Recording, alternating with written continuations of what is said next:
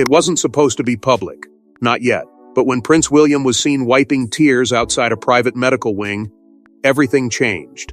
Inside, doctors had just delivered news that would ripple through the monarchy. Catherine, Princess of Wales, wasn't just recovering, she was preparing. And the due date they confirmed would alter the royal timeline forever. Before we go deeper into what this really means for the royal family, make sure to subscribe so you don't miss a single update. What unfolded behind those closed doors was never meant to surface so soon, and yet the weight of it became impossible to contain. Reports began to circulate quietly at first, whispers among those closest to the palace who sensed that something unusual had taken place. This was not the familiar rhythm of past royal announcements, not the carefully staged joy that typically surrounds such news. Instead, there was hesitation, a pause that felt almost heavy with uncertainty, as if even those delivering the confirmation understood the gravity of what it carried.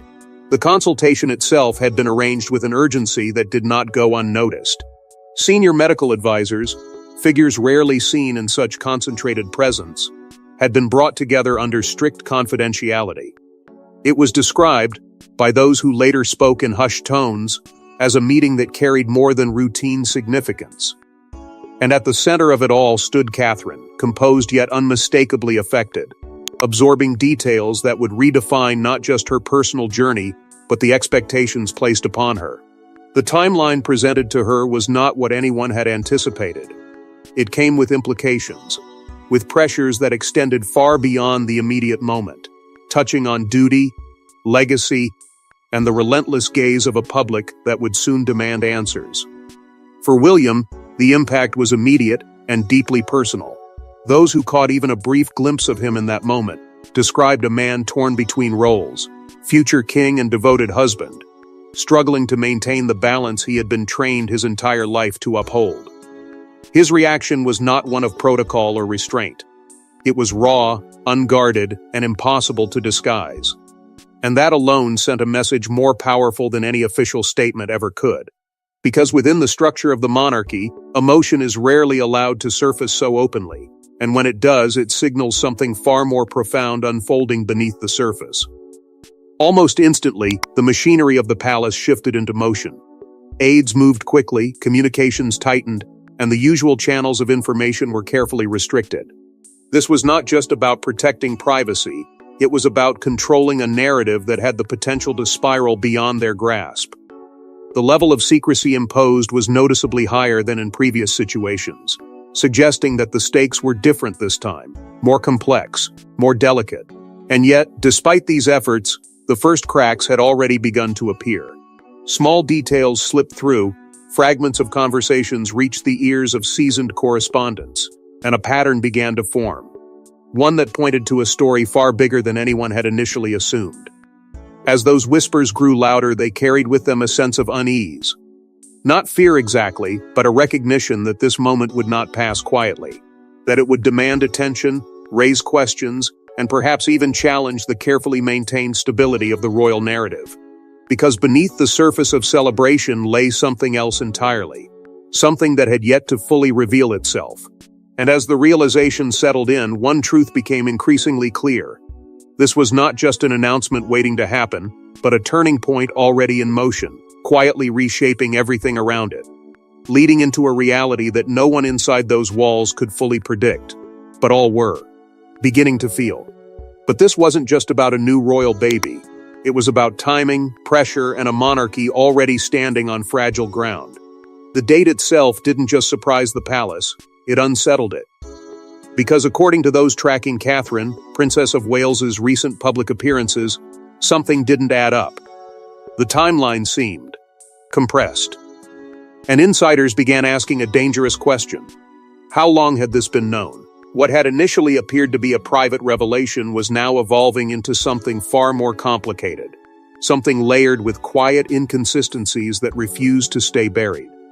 Those who follow the rhythm of royal life closely, those who notice the smallest shift in tone, the slightest deviation from routine, began piecing together moments that, at the time, seemed ordinary.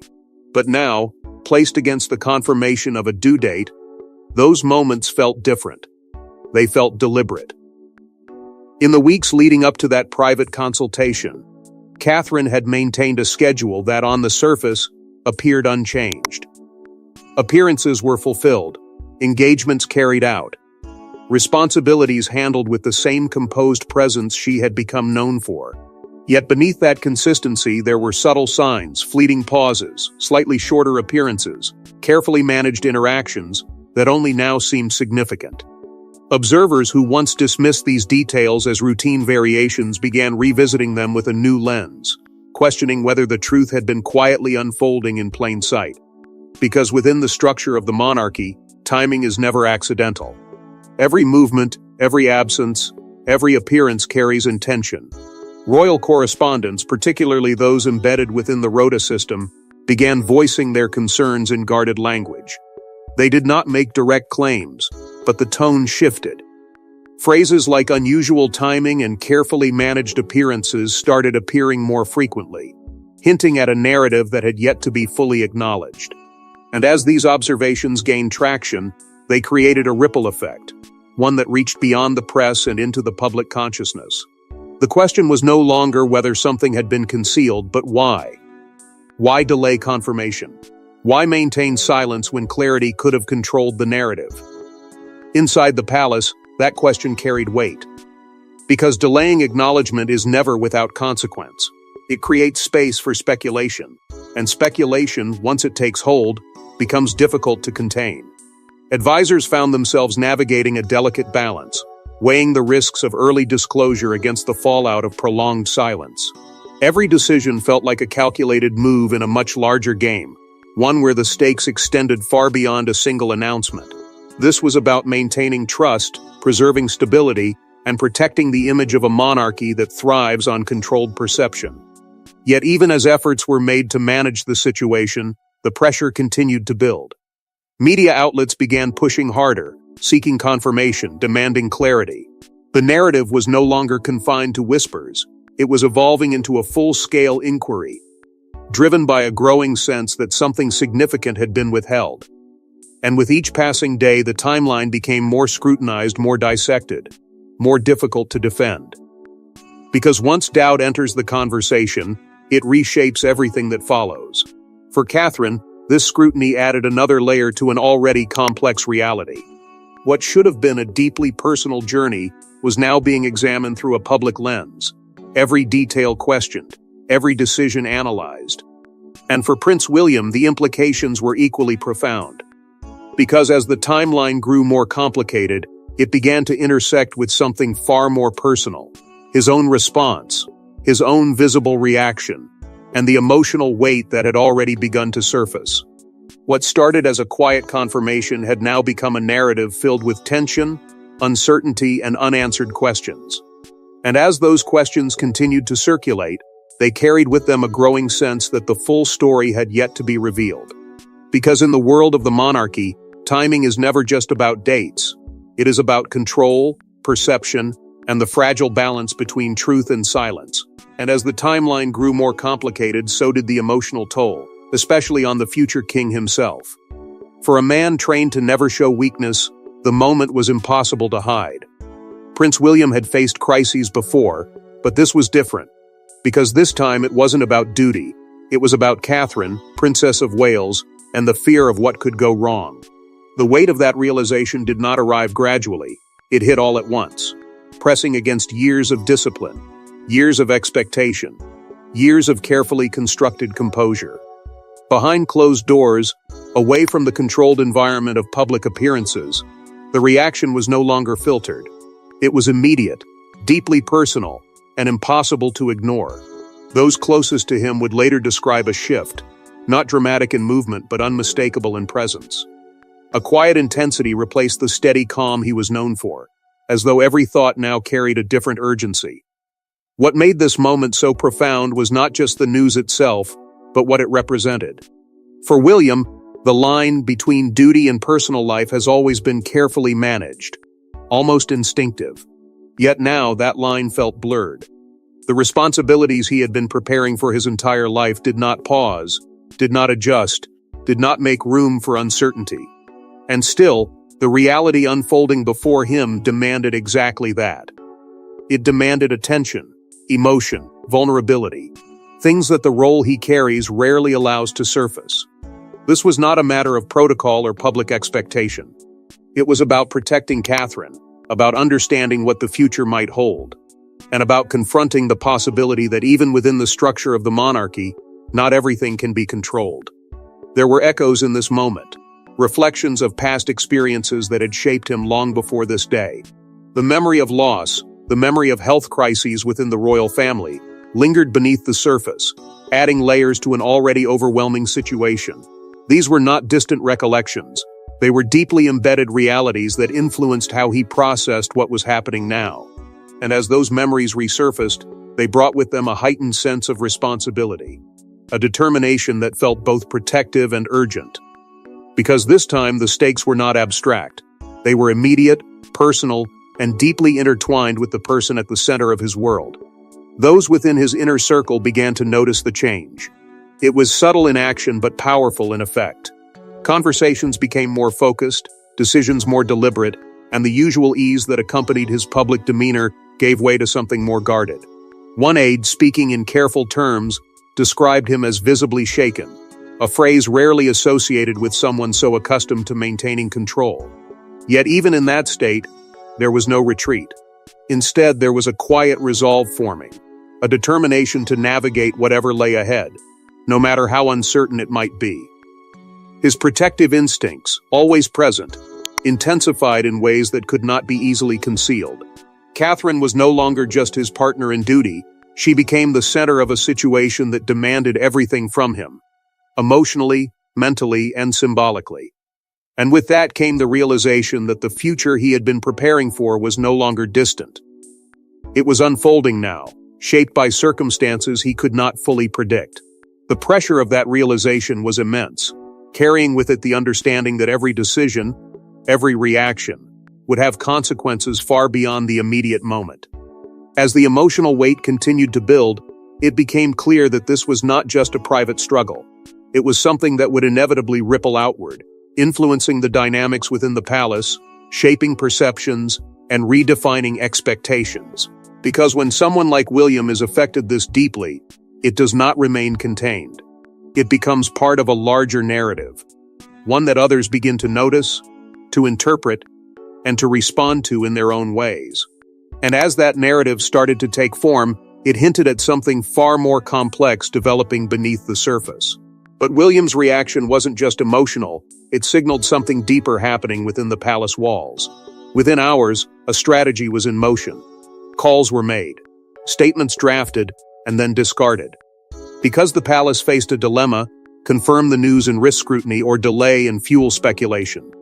The urgency was undeniable, but so was the caution.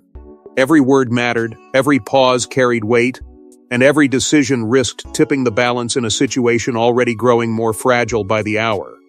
What had begun as a private development was now evolving into a test of control, one that required precision, discipline, and above all, unity behind closed doors.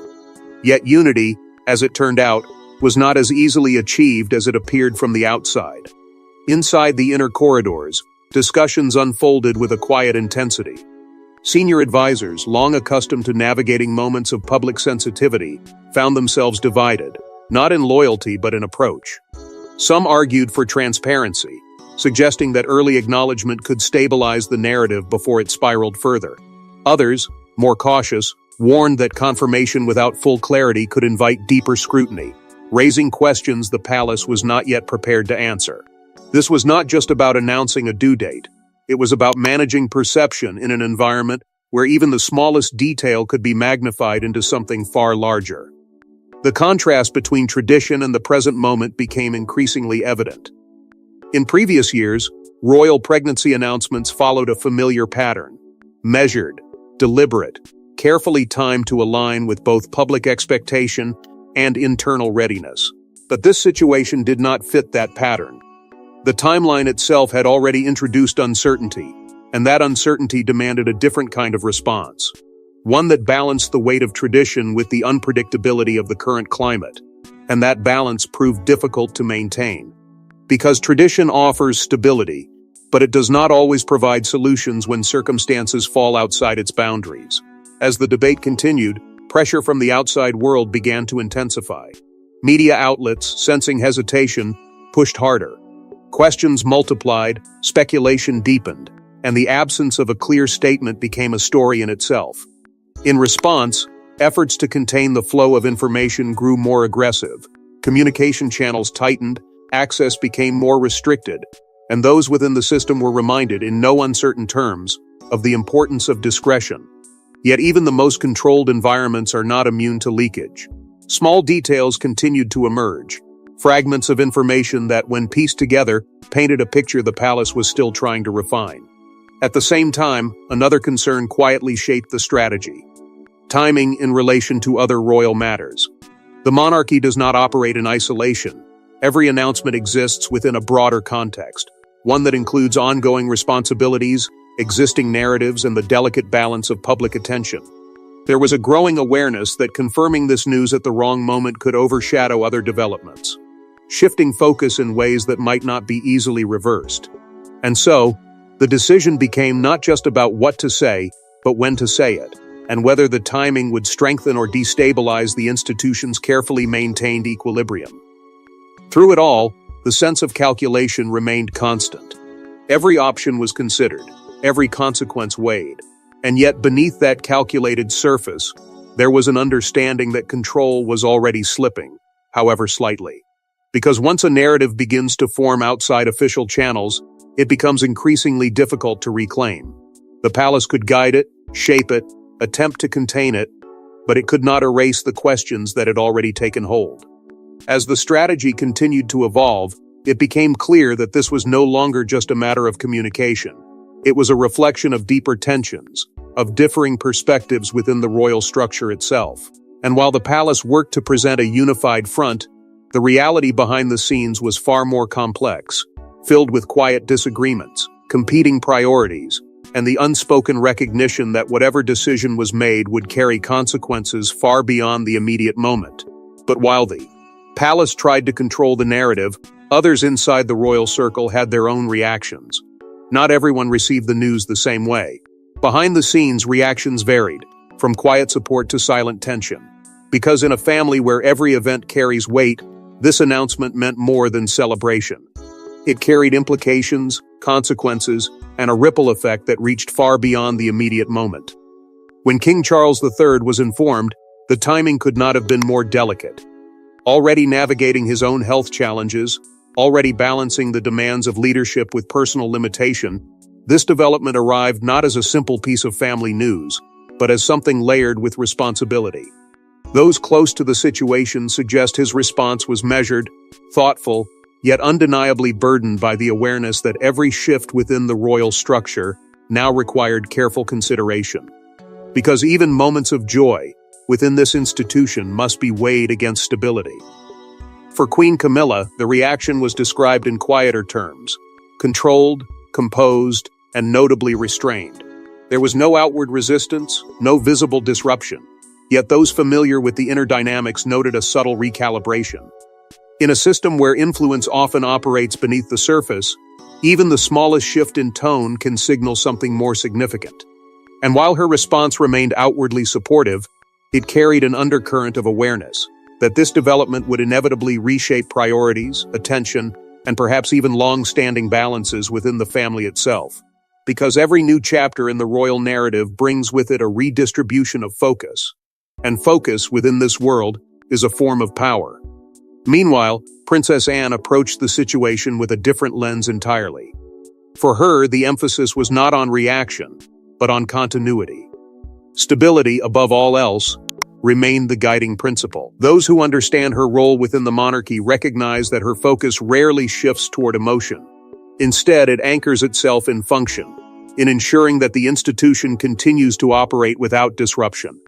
And in this moment, that meant quietly assessing the implications, considering how responsibilities might need to be adjusted, and preparing for the possibility that the demands placed on others, particularly William, would soon increase. Her response was not dramatic, but it was decisive in its own way, reinforcing the idea that within the monarchy, continuity must always outpace uncertainty. Yet beneath these individual reactions, a broader concern began to take shape. one that extended beyond personal responses into the operational structure of the royal family itself. The question of workload redistribution emerged almost immediately. If circumstances required Catherine to step back, even temporarily, the responsibilities she carried would not simply disappear. They would need to be absorbed, reassigned, managed with precision. And that process, while routine in theory, becomes far more complex when layered with the emotional and symbolic weight of the situation. Because every adjustment carries meaning, every shift signals something to those watching closely. As these considerations unfolded, subtle changes in family dynamics became increasingly apparent. Conversations took on a different tone, interactions carried a new level of awareness, and the unspoken understanding that this moment would have lasting effects began to settle in. It was no longer just about the present, it was about the future. Because even before anything had been formally announced, discussions had already begun about what this child would represent, where they would stand, and how their presence would influence the evolving structure of the monarchy. Not in definitive terms, but in careful, measured speculation that acknowledged the significance, without fully defining it. And within that speculation lay something deeper, a recognition that this was not just an addition, but a shift. A moment that would quietly alter expectations, reshape narratives, and introduce new variables into an already complex system. Because in a family where legacy defines everything, even the earliest conversations about the future carry weight. They hint at possibilities, at changes yet to come, at realities still forming beneath the surface.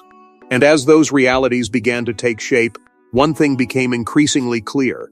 This was not a moment that would pass quietly. It was one that would continue to unfold, revealing its full impact only over time. And as reactions settled, one reality became impossible to ignore. The stakes had just become much higher. This wasn't just another royal birth. It was a moment that could quietly reshape the future of the monarchy. Because every new heir doesn't just join the line, they redefine it. The confirmation of a due date had already stirred emotion and speculation. But beneath that surface reaction lay something far more significant, a shift in the delicate architecture of succession itself. Within the framework of the monarchy, where order and hierarchy are not just tradition but identity, the arrival of a new child carries weight far beyond celebration. It alters expectations, recalibrates roles, and subtly reshapes the path that lies ahead for everyone already within that line. For this child, even before birth, a place had already been determined, a position within the royal line of succession that would define their role from the very beginning. And while that position may appear fixed on paper, its meaning is far more fluid in practice. Because succession is not just about rank, it is about perception, influence, and the evolving narrative of the monarchy itself. Each edition introduces a new dynamic, a new presence that will grow, adapt, and eventually take on responsibilities shaped by both tradition and circumstance. And in this case, the timing of that arrival made the implications even more profound. For Prince George, Princess Charlotte, and Prince Louis, the impact would be subtle yet undeniable. Their positions would not dramatically shift, but the balance within their world would. A new sibling brings not only personal change, but a redefinition of roles within the public eye. Attention divides, expectations evolve, and the narrative surrounding each child begins to adjust. For George, as the future heir, the presence of another sibling reinforces the importance of his role while also softening its isolation. For Charlotte and Louis, it introduces a new layer of identity within a structure that is already carefully observed and interpreted by the world. History offers countless parallels, moments where the birth of a royal child carried implications far beyond the immediate family. These are moments that at first glance appear joyful and celebratory, yet over time reveal themselves as turning points. Not because they disrupt the system, but because they reinforce it. They remind the public, and the institution itself, of its continuity, that no matter the challenges, no matter the uncertainties, the line endures. And that endurance is central to the monarchy's identity. It is what transforms individual lives into symbols of something much larger. The fascination that surrounds royal children is not accidental. It is deeply rooted in the public's connection to the idea of legacy, the belief that what is being built today will carry forward into the future. Each new generation represents renewal, a continuation of a story that spans centuries. And in moments like this, that fascination intensifies, drawing attention not just to the present, but to what lies ahead. Because people are not just observing a family, they are witnessing the shaping of a future they feel connected to, even from a distance. Yet beneath that sense of continuity lies a quiet dependence. The monarchy relies on these future generations to sustain its relevance, to carry forward its traditions while adapting to an ever-changing world. Every new birth strengthens that foundation, but it also introduces new variables, new personalities, new challenges, new possibilities that cannot be fully predicted. And that unpredictability, while rarely acknowledged openly, is always present. It is part of what makes each moment of expansion both hopeful and uncertain at the same time. As the significance of this moment continued to unfold, it became clear that this was not just about adding another name to the royal lineage. It was about shaping the trajectory of what comes next, about reinforcing the idea that the monarchy is not static, but constantly evolving. And while the future seemed to be quietly taking form through this development, it did not erase the complexities of the present. Because even as new possibilities emerged, the questions surrounding timing, health, and stability remained unresolved, lingering just beneath the surface, waiting to reveal their full impact. But while the future seemed to be taking shape, the present remained uncertain and filled with unanswered questions. Once the whispers escaped the palace, there was no stopping them. Headlines exploded, social media ignited, and suddenly the private moment became a global obsession. What had been carefully contained within guarded conversations now surged into the public domain with unstoppable force, transforming uncertainty into a frenzy of speculation. News outlets moved with urgency, each racing to confirm what others were already hinting at, pushing fragments of information into the spotlight before the full picture had even taken shape. The pace was relentless. Every update, every rumor, every subtle shift in language became fuel for a narrative that was growing faster than anyone inside the palace could control. The intensity of the reaction was immediate. Platforms filled with theories, timelines dissected in real time, and millions of voices attempting to piece together what had truly happened behind closed doors. Some focused on the emotional weight of the situation, expressing support for Catherine, Princess of Wales, recognizing the pressure she now faced under such intense scrutiny. Others turned their attention toward the palace itself, questioning the silence, the delay, the decision to withhold clarity in a moment that clearly demanded it. And in that division, the story gained even more momentum. Because uncertainty invites interpretation, and interpretation fuels attention. Media organizations aware of the significance intensified their efforts. Correspondents revisited past appearances, analysts debated the timeline, and commentators began drawing comparisons to previous royal moments that had captured global focus. Yet even those comparisons felt insufficient. This situation carried a different tone, less predictable, more layered, shaped by a combination of personal emotion and institutional complexity. It was not just about what had been revealed, but about what had not. And that absence of certainty became the most compelling element of all. As the hours passed, the demand for official confirmation grew louder. It was no longer confined to journalists or insiders, it had become a global expectation. The public, invested in the narrative, wanted clarity. They wanted reassurance, context, something that would anchor the story in something more solid than speculation. But the longer that clarity was delayed, the more powerful the speculation became. Because in the absence of answers, every possibility begins to feel plausible. Every silence begins to carry meaning. At the same time, the contrast between support and criticism created a tension that only deepened the story's impact. Messages of encouragement for Catherine were met with questions about transparency. Expressions of concern for her well-being were accompanied by frustration directed at the institution managing the narrative. And within that contrast, the story evolved from a single moment into a broader reflection of how the monarchy communicates, how it protects, and how it responds under pressure.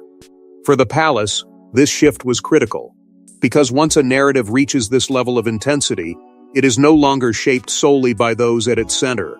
It becomes a shared story, influenced by millions, interpreted in countless ways, and carried forward by a momentum that cannot easily be slowed. The challenge was no longer just about releasing information. It was about reclaiming control in an environment where control was already slipping. And yet, even as the world reacted, even as attention reached its peak, there remained a layer of the story that had not yet been revealed. Something quieter, deeper, still unfolding beyond the reach of headlines and speculation. Because while the public focused on what was visible, the true complexity of the situation remained protected, held within the same walls where it had first begun. And yet, even amid the frenzy, the most important part of the story remained hidden behind palace doors. Because the truth is, this story isn't finished. Not yet. The due date may be confirmed, but what it means, for Catherine, Princess of Wales, for Prince William, and for the monarchy, remains uncertain. What has been revealed so far is only the surface, a carefully managed glimpse into something far more complex unfolding behind closed doors. Because confirmation does not equal clarity. It does not answer the deeper questions that now linger. Questions about timing, about health, about the quiet pressure building within a system that thrives on stability, yet now finds itself navigating uncertainty. Inside the palace, the situation continues to evolve in ways the public cannot fully see. Catherine's condition, while guarded with the highest level of discretion, remains under constant observation. Every development is monitored, every change assessed with precision, not just for immediate implications, but for what it could mean in the weeks and months ahead. This is no longer a moment, it is a process, one that requires patience, caution, and an understanding that outcomes cannot always be predicted, no matter how carefully they are managed. And within that process lies a quiet tension, a recognition that even the most controlled environments cannot eliminate uncertainty entirely. At the same time, preparations are being made, not for a single outcome, but for multiple possibilities. Plans are discussed, adjusted, reconsidered, all behind a veil of silence that only adds to the sense of anticipation surrounding the situation. Because in moments like this, the monarchy does not react, it prepares. It anticipates every scenario, every shift, every potential consequence. And yet, even with that level of preparation, there remains an unspoken understanding that not everything can be accounted for. That some aspects of this story will unfold on their own terms, regardless of how carefully the groundwork has been laid. For William, this evolving reality has already begun to reshape his role in ways that cannot be reversed. The emotional weight he carries is now intertwined with a growing sense of responsibility, one that extends beyond personal concern into the broader demands of leadership. He is no longer simply responding to the moment, he is adapting to it, stepping deeper into a position that requires both strength and resilience. And that transition, while expected in theory, feels different when it happens under pressure, when it is driven not by timing but by circumstance. Because this is not just preparation for the future, it is a response to the present. Behind the scenes, the emotional impact remains profound. This is not a story defined solely by public statements or official timelines. It is shaped by private moments, by conversations that will never be shared, by decisions made quietly but felt deeply. The contrast between what is visible and what remains hidden adds another layer to the narrative, one that cannot be easily understood from the outside. Because within those unseen moments lies the true weight of what is happening. The uncertainty, the hope, the fear, and the determination to move forward despite it all. And as all of this continues to unfold, a larger realization begins to take shape. The monarchy itself stands at a subtle but undeniable turning point. Not a dramatic shift, not an immediate transformation, but a gradual movement toward something new. Because every moment of uncertainty carries with it the potential for change, and this moment, more than most, feels like it is leading somewhere significant. Something that is yet to fully reveal itself, but is already beginning to influence the direction of everything around it. That sense, that something bigger is still coming, lingers beneath every development. It is present in the silence, in the careful wording of statements, in the way each step forward feels measured yet incomplete. Because this story, despite everything that has already happened, is still in motion. And as it continues to unfold, it carries with it the possibility of outcomes that cannot yet be defined, only anticipated. And as the world waits for answers, one thing is certain: the next chapter of this royal story may be the most powerful one yet. Thanks for watching. Please don't forget to like and subscribe, and we will see you in next one.